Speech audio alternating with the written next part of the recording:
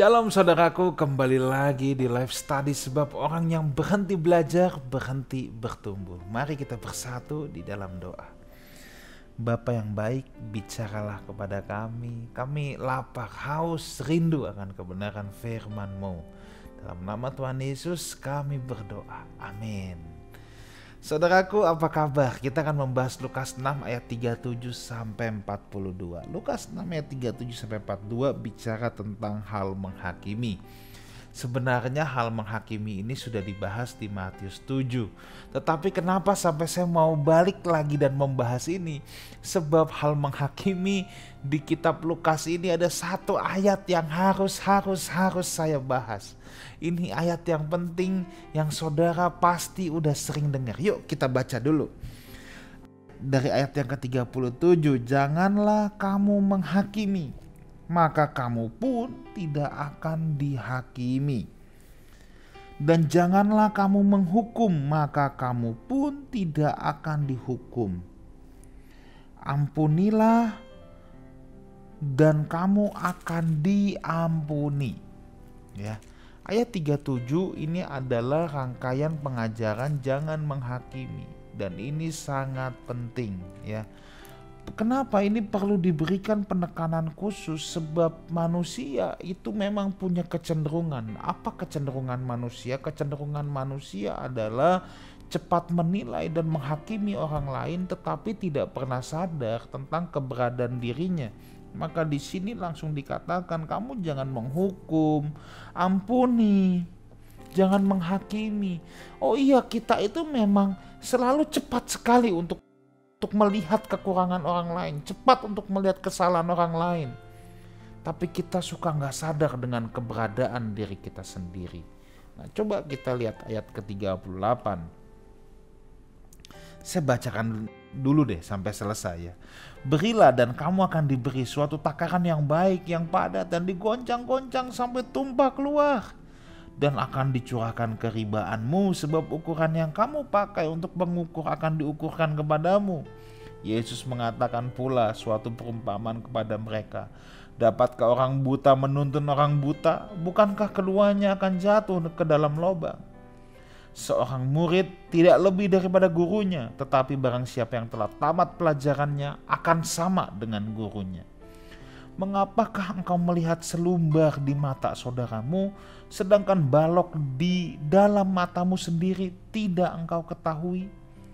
Bagaimanakah engkau dapat berkata kepada saudaramu, saudara, biarlah aku mengeluarkan selumbar yang ada di dalam matamu, padahal balok yang ada di dalam matamu tidak engkau lihat?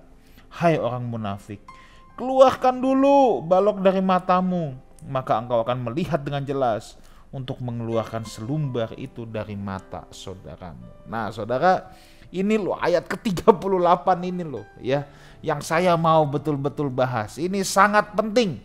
Berilah, maka kamu akan diberi suatu takaran yang baik, dipadatkan, digoncangkan sampai tumpah keluar ke dalam ribaanmu. Sebab ukuran yang kamu pakai untuk mengukur akan diukurkan kepadamu. Saudara, ayat ini paling senang dipelintir-pelintir dan saya suka gemes saudara ya. Saya gemes. Maka kita mesti stop di ayat ini. Dulu sebelum COVID, sebelum memulai penggembalaan di Lifehouse, saya selalu khotbah keliling. Saya banyak mampir di begitu banyak gereja saudara ya. Ya pokoknya sangat padat, dan ini yang seringkali menggelitik saya. Ketika habis khotbah, saatnya kolekte, doa persembahan, sering sekali saya dengarkan ayat ini diucapkan. Ya. Berilah maka engkau diberi. Wah, ini nih jadi ayat favorit saudara ya. Entah lagi doa persembahan, pengumuman persembahan, ataupun ayat ini seringkali ada di amplop persembahan. Nah saudara, saya harus fair, saya harus jujur mengatakan ayat ini bukan ayat persembahan saudara. Please. Ayat ini bukan ayat persembahan. Ayat Alkitab itu gak boleh diperkosa, gak boleh dicomot. Saya gak yakin loh bahwa Yesus mikirnya duit ketika dia bicara ini. Konteksnya itu adalah konteks menghakimi. Ayat 37 menghakimi. Nanti kita lihat di ayat yang di bawahnya ya, 4142 itu juga tentang menghakimi. Nah, ini yang sering kali saya katakan, saya harus ulangi lagi pelan-pelan. Alkitab itu punya konteks, saudara. Ya. Saudara nggak perlu sekolah Alkitab sih untuk merasa, wah aku kalau mau baca Alkitab mesti sekolah Alkitab dulu. Enggak. Yang penting saudara punya kelapangan, keteduhan, kejujuran, dan melihat, memperhatikan ayat sebelum dan ayat sesudah. Sebab ketika Alkitab ini ditulis pertama kali, kalau ini kan udah enak saudara. Ada pembagian perikop, pasal, ayat. Ini kan baru kemudian. Zaman dulu ini gak ada pembagian, semuanya nyambung saudara. Jangankan pembagian pasal ayat, huruf besar huruf kecil spasi aja kagak ada. Tulisan zaman dulu tuh nyambung semua saudara. Ya kita bersyukur oleh ahli-ahli bahasa telah merangkumkan sedemikian rupa ya, sampai enak dibaca saudara, sampai enak dibaca.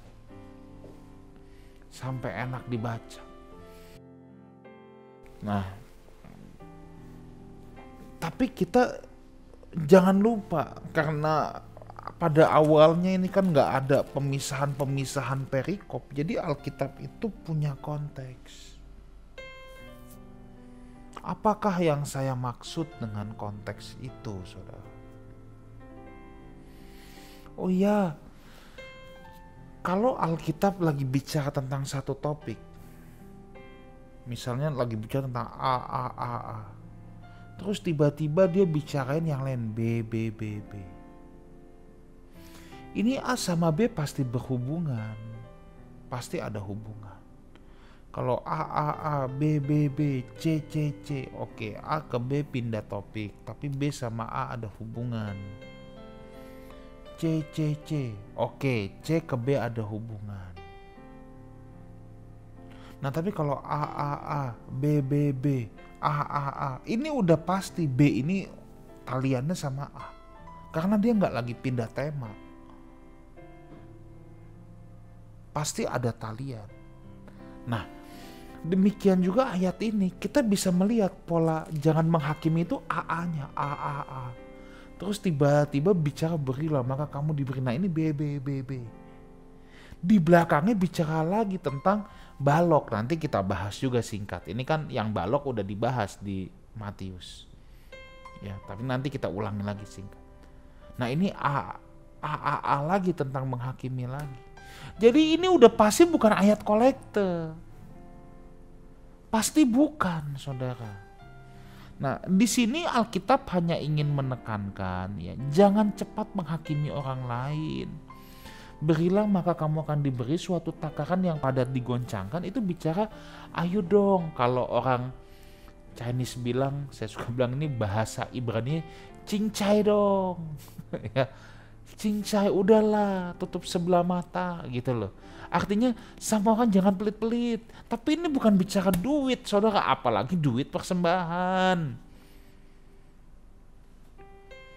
Cincai, kalau orang punya kesalahan tuh bukannya kita kompromi dengan dosa, bukan. Tapi jangan kalau orang punya kesalahan kita cecerin.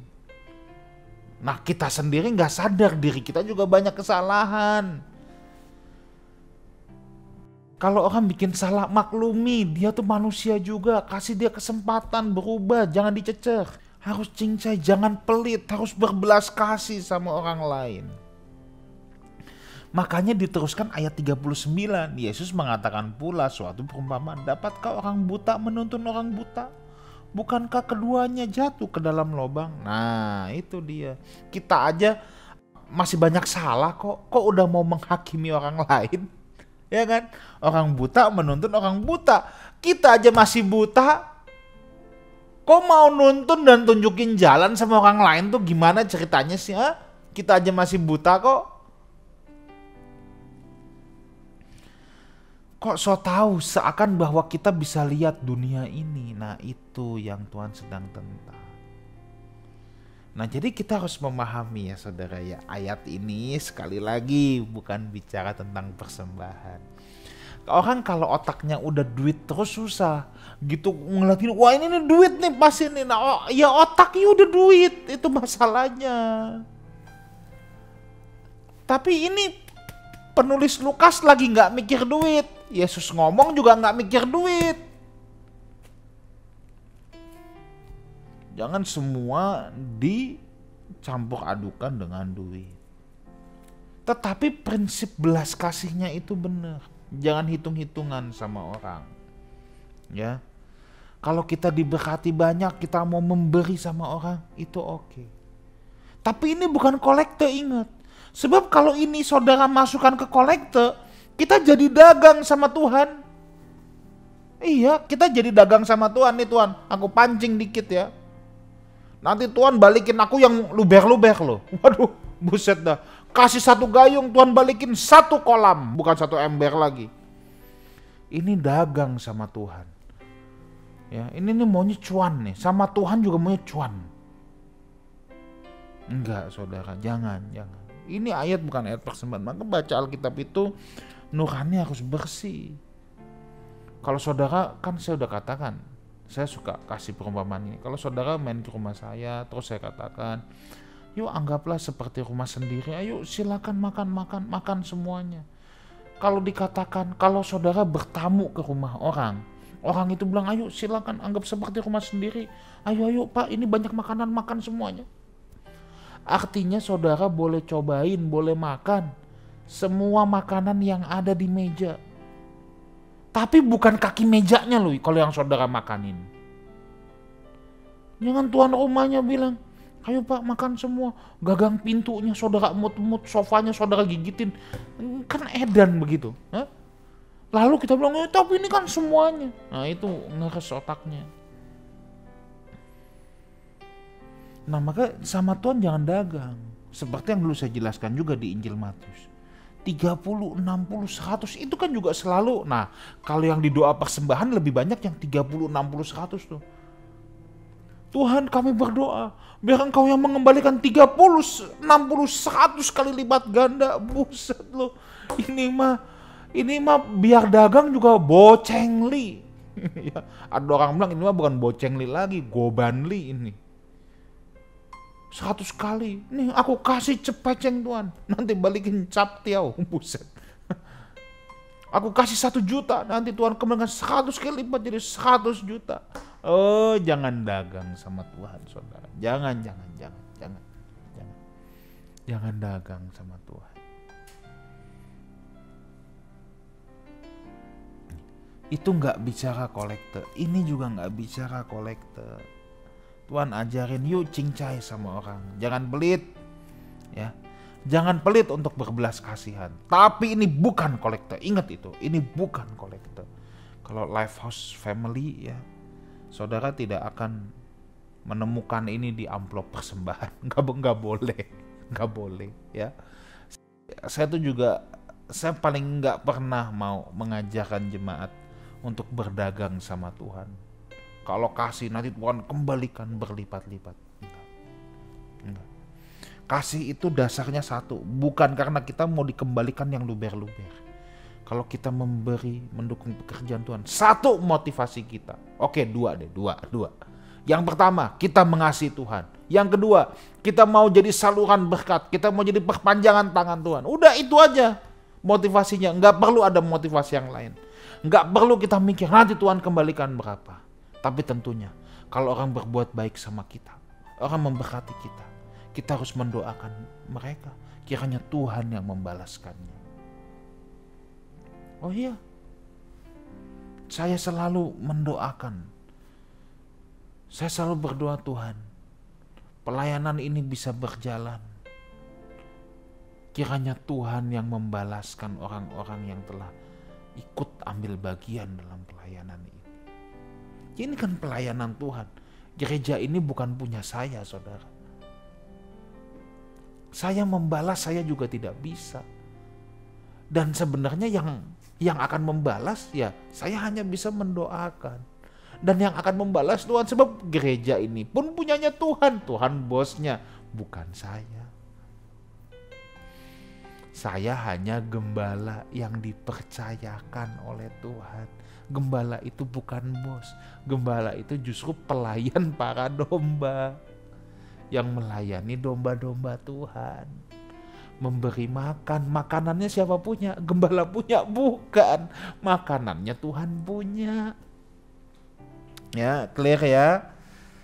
Oke, ayat 39 jadi udah paham ya, kalau orang buta menuntun orang buta, kamu aja masih banyak salah kok. Mau menghakimi orang lain. Kita aja masih buta kok udah so tahu, seakan kita bisa melihat dunia ini. Nah itu.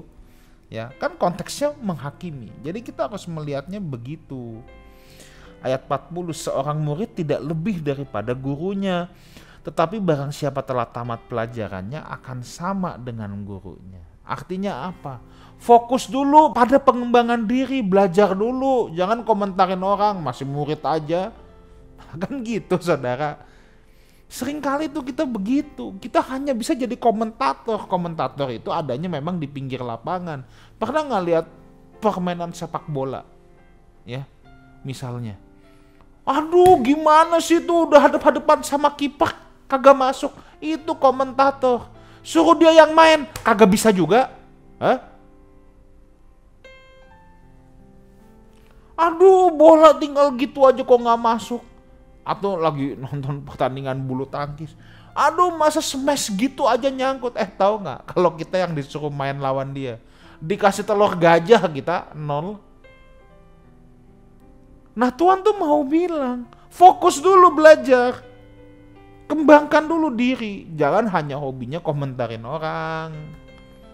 Kalau kita sudah lulus nanti baru bisa ikut mengajar. Kita aja belum tahu apa-apa kok. Nah, Tuhan itu selalu mau kita belajar kerendahan hati ya saudara ya. Nah, baru ayat 41 lagi. Mengapa sih engkau itu bisa melihat selumbar di mata saudaramu, balok di matamu sendiri tidak engkau ketahui. Nah, jadi sebelum menghakimi orang lain, hakimi dirimu sendiri. Ini prinsipnya. Ya. Robek dulu topeng kita. Jangan kita aja pakai topeng terus kita mau urusin topeng orang lain. Robek dulu topeng kita, hakimi dulu diri kita sendiri. Ya. Nah, jadi prinsip kebenaran jangan menghakimi ini saudara, ini yang perlu kita ketahui. Bukan berarti kita tidak boleh menyatakan kebenaran. Atau kalau orang ada yang menyatakan kebenaran, kita bilang menghakimi. Enggak saudara ya. Kita boleh menyatakan kebenaran, tapi ada 2 catatan. Yang pertama, motifnya dengan belas kasihan. Spirit belas kasihan adalah spirit yang memperbaiki, bukan menghakimi. Kalau menghakimi itu ingin menjatuhkan, ingin mempermalukan orang lain, itu menghakimi. Tapi kalau spiritnya belas kasihan, itu ingin melihat perbaikan. Ya. Sama seperti orang tua yang menasehati anaknya, itu bukan menghakimi anaknya, enggak loh. Enggak. Orang tua kalau lagi kasih tahu anak bagaimana yang benar, itu kan bukan menghakimi. Jangan lalu anaknya bilang, mama, balok di mata mama aja belum lihat. Enggak, bukan itu konteksnya. Kalau orang tua memberitahu anak-anaknya ya, itu spiritnya memperbaiki, bukan menghakimi. Ingin perbaikan. Yang kedua, prinsipnya di sini kita boleh menyatakan kebenaran. Satu tadi dengan belas kasihan ya. Yang kedua, sebelum menghakimi orang lain, sebelum menyatakan kebenaran kepada orang lain, benahi dulu hidup kita sendiri. Jadi jangan menghakimi ini bukannya berarti lihat kesalahan diam. Enggak. Kita harus menyatakan kebenaran. Tapi sebelum kita nyatakan kebenaran saudara ya, hakimi dulu diri kita sendiri. Berkaca dulu, jangan sampai hidup kita sendiri bobrok. Jangan sampai kita ngomong setinggi langit tapi hidup kita bobrok saudara ya. Bukankah ini yang dilakukan oleh orang Farisi dan ahli Taurat? Dia taruh beban ya, di punggung-punggung orang sampai orang berat. Itu yang dikatakan Alkitab, dia menghalangi orang untuk masuk dalam kerajaan surga. Saudara pernah gak dengar orang yang kalau dengar dia ngomong kayaknya masuk surga tuh susah banget, gak taunya kelakuan dia sendiri hancur bobrok. Ini ada orang-orang yang seperti ini ada. Dia hanya hobi taruh beban berat di pundak orang, tapi dianya sendiri tidak mau melakukan. Itu hobi, saudara. Itu hobi. Nah, tapi Tuhan bilang, yuk sebelum kita menyatakan kebenaran, ya, benahi hidup kita sendiri dulu. Jangan hakimi orang lain, hakimi dulu diri kita sendiri. Ya. Jangan urusin topeng orang lain, robek dulu topeng kita sendiri. Di sini saudara, kita belajar jadi orang Kristen, ya. So ingat, jangan menghakimi ini bukan berarti kita harus diam kalau melihat kesalahan. Enggak. Tapi spiritnya harus benar dan benahi hidup kita dulu, ya. Jangan teriakin dosa orang sedangkan kita melakukan dosa yang sama. Boy, jangan berzina. Kitanya tukang berzina. Ya capek deh. Ya. Yuk, Lifehouse Community, saya berdoa kita terus mengupgrade hidup kita dalam Tuhan. Amin. Kita berdoa. Terima kasih untuk kebenaran firman Tuhan. Biar hati kami boleh dipenuhi belas kasihan Tuhan. Dalam nama Tuhan Yesus kami berdoa. Amin. Saudaraku, jangan lupa follow Lifehouse Community Instagram. Ada live message renungan harian yang akan memberkati saudara semua. Kita juga ada We Talk setiap Kamis jam 7 malam. Hostnya saya dan Pastor Ruli. Dan juga subscribe Lifehouse Music, pujian penyembahan yang saya percaya memberkati saudara semua. Dan ibadah minggu kita secara streaming jam 9. Ya.